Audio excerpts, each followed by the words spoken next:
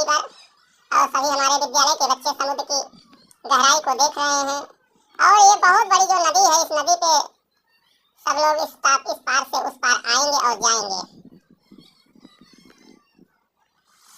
Hello sir, hello, आई।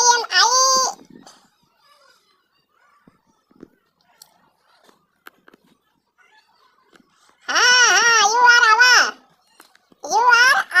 आवा भैया, आवा हम लोग देखा नहीं, आवा हम लोग देख रहे हैं।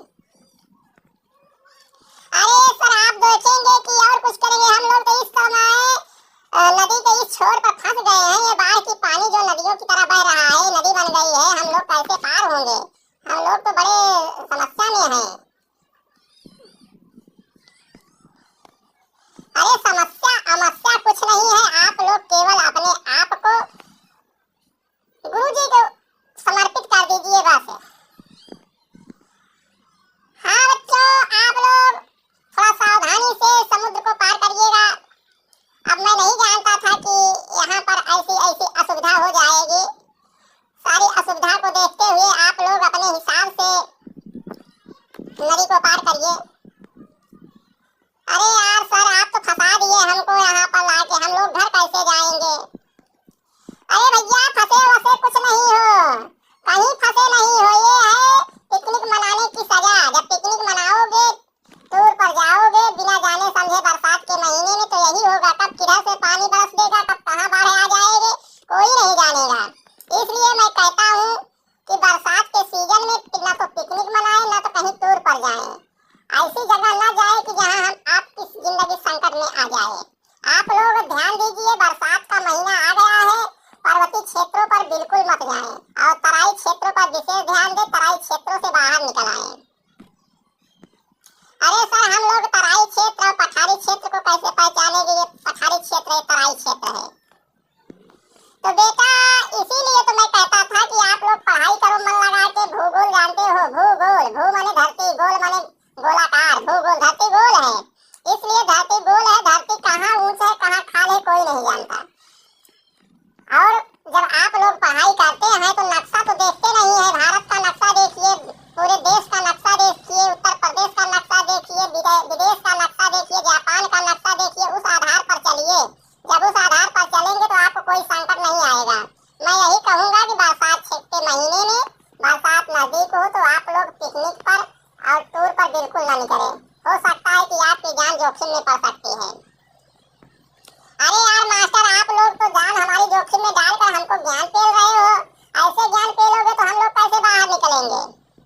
अरे बच्चा, ज्ञान नहीं पेल रहा हूँ। मैं सरकार से आग्रह करूंगा कि सरकार की जो सुविधा है, हवाई यात्रा, जो हवाई सुविधा है, कहने का मतलब नाव की सुविधा है या बोट की सुविधा है, उसी सुविधा से हम आप बाहर निकलेंगे। ऐसा करिए, हम सरकार को आग्रह कर दिए हैं, फोन किए हैं हेड ऑफिस में, अब गाड़ियाँ आ रही होंगी।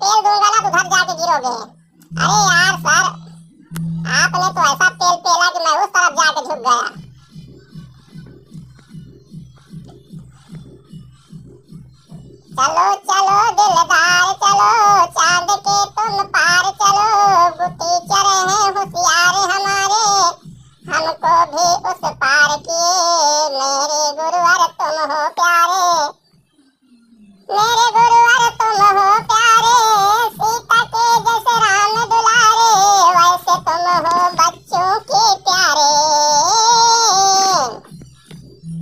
अरे सदा सुखी तुम रहो मेरे पुत्र, विद्यालय का तुम नाम रोशन किया, पिकनिक पर है आई आफत, इसका किसका दिलदार किया, सभी बच्चे हैं सही सलामत, आज उसको पार किया, हे भगवान मैं तुमको बारंबार करूं प्रणाम किया, मेरे बच्चे सुखी सलामत नदी से उस पार हुए, आए प्रभु तेरी महिमा मैं कभी न देखा, आज मैं देखा, देख के अचंभित हुआ हूँ रघुवर, रघुवर की है माया कैसी, देखो दया प्रभु की अब मेरे, प्रभु पार किए हैं ऐसे, सुख दुख के हैं साथी मेरे, जीवन साथी को सुख करके प्रभु तुम ऐसे सुख दे देना,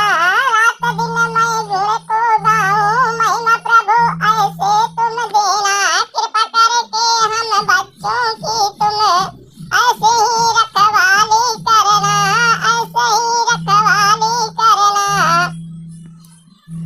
दया धर्म और ज्ञान तुम्हारे बस का है नहीं मेरे भैया, मैं तो फंसा हूँ आके साथ में, मेरी नैया पार लगाओ कन्हैया,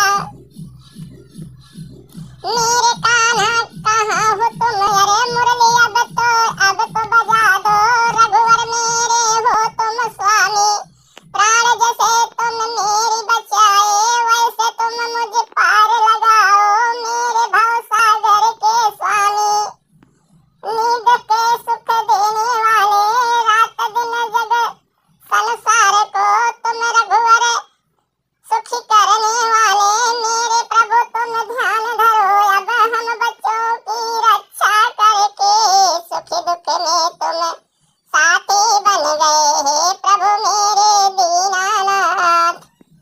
मेरे बच्चों, मेरे भाइयों, मेरे आगंतुक बंधुओं, आप लोगों से यही निवेदन है कि बरसात का मौसम आ गया है, बरसात में पिकनिक मनाने कहीं न जाए, ना तो टूर पड़ जाए, नहीं तो हो सकता है कि आपकी जान जोखिम में पड़ जाए, जैसे हम लोग फंस गए थे समुद्र के बीचों बीच टापू पर, अब हम लोग टापू से बाहर आए हैं, अब हम लोग अपने अपने वतन को चलेंगे।